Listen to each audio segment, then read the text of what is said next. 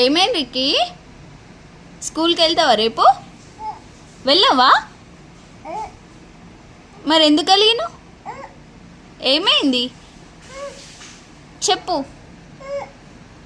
Judge దగ్గర పోదామా? వెళ్ళవా? ఏం చేస్తావు? చేతులు ఎందుకు కట్టుకుంటున్నావు? మరి అలిగినవా? అయ్యో చెప్పవు మమ్మీకి. రిక్కీ నవ్వుతాడు నవ్వుతాడు నవ్వుతాడు నవ్వుతాడు